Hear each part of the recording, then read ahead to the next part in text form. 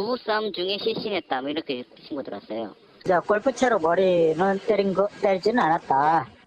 그렇게 얘기를 해요. 정확한 사인 같은 경우는 이제 부검 통해서 확인. 청백해가지고 얼굴에 갑자기 해주고 피멍이 들고 막 저건 죽었을 거다 생각했는데 참 안타까워요.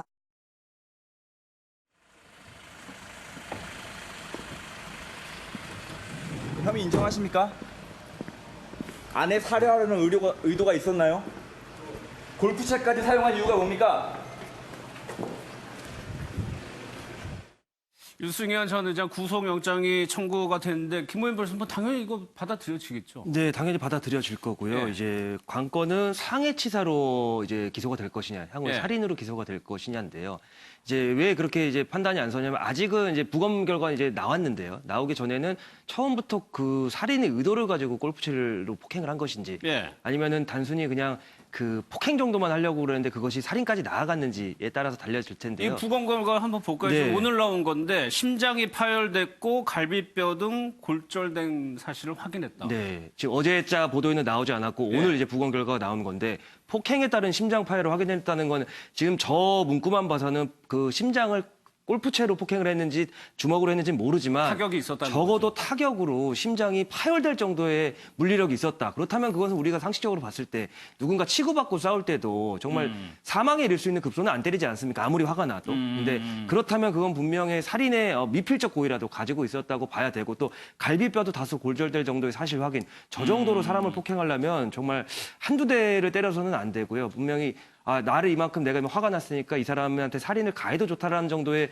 고인이 있지 않았을까. 그렇게 되면 당연히 구속권이 이제 인용이 될 거고 향후에도 살인죄로 기소되지 않을까 조심스럽게 지켜봅니다. 혐의가 어떤 거냐가 중요하다. 일반적인 이제 살인죄 좀 특성이 있어요. 그러니까 공개된 장소가 아니고 이렇게 방 그런 데서 밀폐된 장소에 살인이 이루어지면 피해자는 사망을 해버렸잖아요. 그러면 결과적으로 나중에 그걸로 조사를 받게 되고 구속이 될 때는 항상 피해자에게 원인을 돌리고 그다음에 예. 살해계가 한 동기랄지 살해 경과에 대해서 거짓말하는 경우가 있죠. 예, 왜냐하면 예. 상해치사면 일단 3년 이상 징역으로 가는 거고 살인이면 5년 이상 무기징역 사형까지 처할 수 있기 때문에 그 방에서 일어났던 거에 대해서 본인이 마음대로 얘기할 수 있는 거예요. 본인에게 유리하게. 이제 그러다 보니까 사실 사실과 왜곡되게 기소가 되는 경우가 굉장히 많거든요. 그래서 이번에도 아마 본인 자체는 뭐 그렇게 골프채로 뭐 때리고 그랬는데 자기 아내가 방 안으로 들어가서 그다음부터 뭔가 사망한 걸 보인다. 예, 예. 그래서 그러면 그 자체로 보면 뭐 상해치사, 폭행치사 이 정도 생각할 수 있기 때문에 그런 건 이제 본인이 의도적으로 좀 만들어낼 수 있는데 부검 결과가 아마 기소하는 데 있어서 죄명과 관련 굉장히 중요한 역할을 할 것으로 보입니다. 알겠습니다.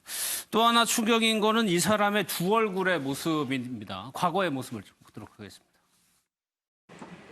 사랑하나, 그리고 모든 걸 용서하라, 그리고 웃어라. 세상 별거 있냐?